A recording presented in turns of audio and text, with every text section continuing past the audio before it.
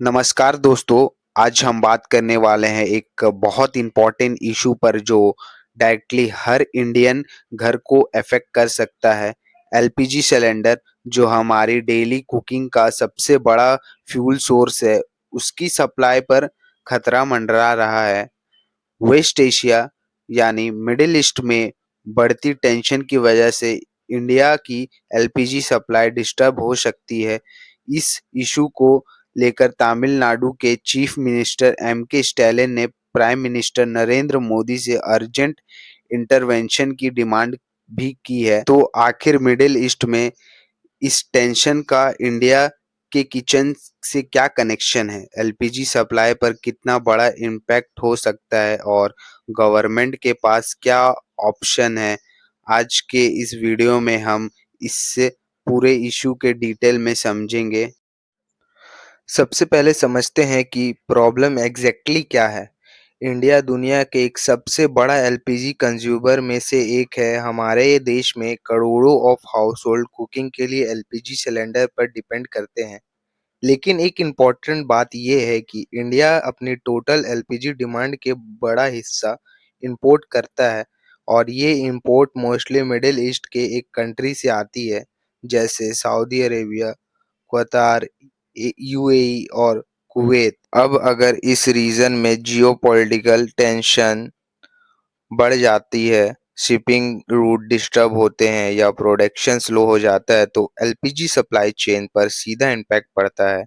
इस वजह से अब कंसर्न राइज हो रहा है कि अगर मिडिल ईस्ट में सिचुएशन और टेंस होती है तो इंडिया में एलपीजी अवेलेबिलिटी और प्राइस दोनों पर असर पड़ सकता है। इस इशू को लेकर तमिलनाडु के चीफ मिनिस्टर एम के स्टैलिन ने प्राइम मिनिस्टर नरेंद्र मोदी को लेटर लिखा। उन्होंने कहा कि मिडिल ईस्ट टेंशन की वजह से एलपीजी सप्लाई डिस्टर्ब होने की रिस्क है, और इसलिए सेंट्रल गवर्नमेंट को अल्टरनेटिव अरेंजमेंट करना चाहिए। स्टेलिन का कहना है कि अगर सप्लाई चेन में डिस्टर्ब हो जाती है तो सबसे ज्यादा इम्पैक्ट आम लोग पर पड़ेगा, स्पेशली पुअर और मिडिल क्लास हाउस होल्ड पर, जो ऑलरेडी इन्फ्लेशन का प्रेशर फेस कर रही है। उनका डिमांड है कि गवर्नमेंट स्टेप ले ताकि एलपीजी सिलेंडर की शॉर्टेज ना हो और प्राइस भी कंट्रोल में रहे। अगर हम नंबर्स की बात करें तो इंडिया की एलपीजी कंजम्पशन लास्ट कुछ सालों में बहुत फास्ट इंक्रीज हुई है। इसका एक बड़ा रीजन है उज्ज्वल योजना, जिसके थ्रू करोड़ों ऑफ हाउस होल्ड को एलपीजी कनेक्शन दिया गया।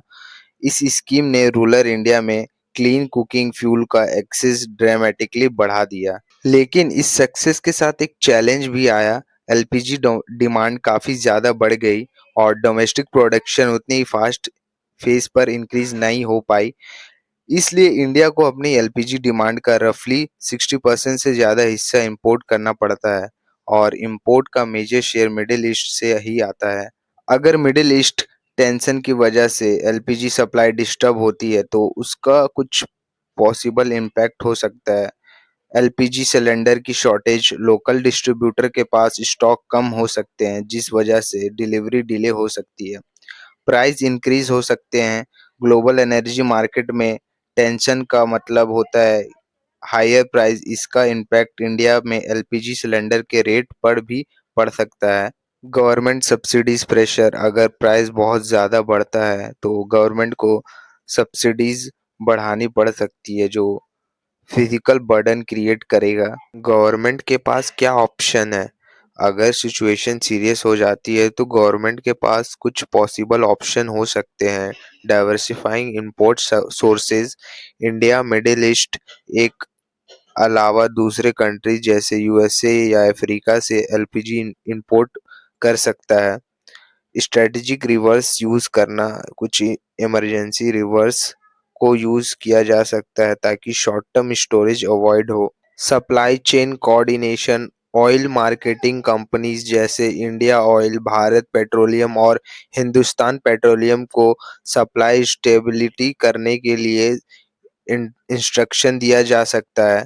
लॉन्ग टर्म सॉल्यूशन क्या हो सकता है? एक्सपर्ट के अकॉर्डिंग इंडिया को लॉन्ग टर्म में कुछ मेजर स्टेप लेने होंगे।